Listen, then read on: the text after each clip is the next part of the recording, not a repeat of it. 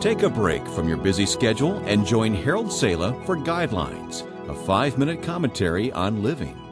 Abraham Lincoln, the American president who faced tremendous personal struggles in his own life, once said, "I have been driven to my knees many times by the overwhelming conviction that I had nowhere else to go."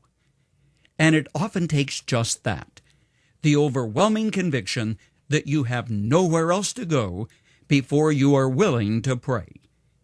And there is a reason for that. To have to say, "God, I'm at the end of myself and there's nowhere else to turn," is humiliating. It's like being absolutely broke and having to go to a friend and say, "Hey, could you make me a loan? I don't have enough money to buy bread and milk for the children." If you can fix something yourself, you can then sit back and say, "Hey, look what I did. I pulled strings, I made the right connections, I'm actually pretty good." But when I pray about something, I'm asking from a position of weakness.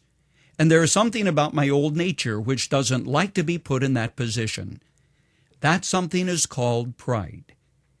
I'd rather do it myself, we think, really hesitant to ask God to do what we cannot. Stubborn, fierce independence always militates against prayer. Yet the stark reality is there are a lot of things which you cannot fix. The sorrow and pain of a broken relationship, the devastating reality that you are mortal. The doctor can't fix the cancer in your wife's spleen just as you reached retirement and you thought you could now enjoy life. You can't change the stock market or the rains which devastated your crops, leaving you at the door of bankruptcy. Only God can do some things. Man's extremity, though, is God's opportunity, said someone. So our poverty of spirit, combined with our great needs, drive us to knock on the door of the King.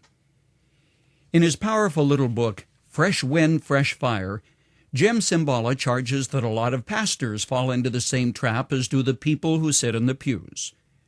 The position of not wanting to knock on heaven's door empty-handed, devastated, at the end of themselves with empty pews and empty hearts. So instead, they try to fix things through program instead of the power of God.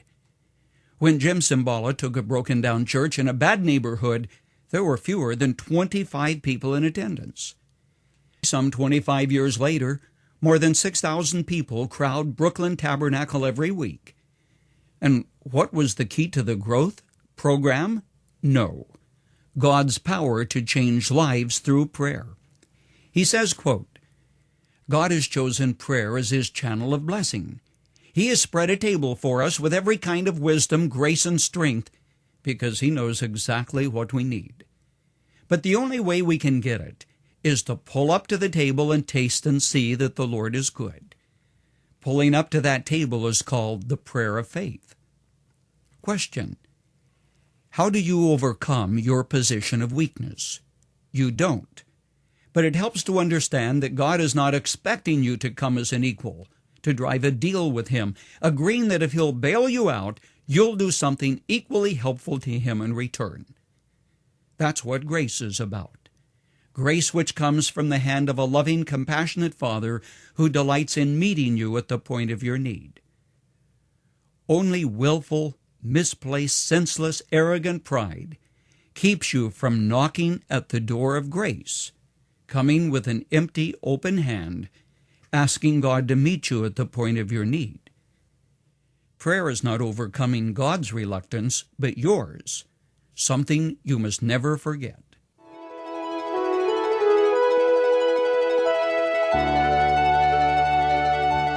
You've just heard Dr. Harold Sala with Guidelines, a 5-minute commentary on living.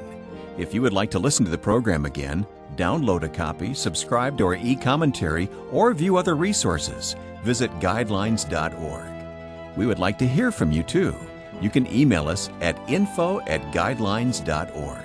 That's info@guidelines.org. Thanks for listening, and we invite you to join us again for the next edition of Guidelines.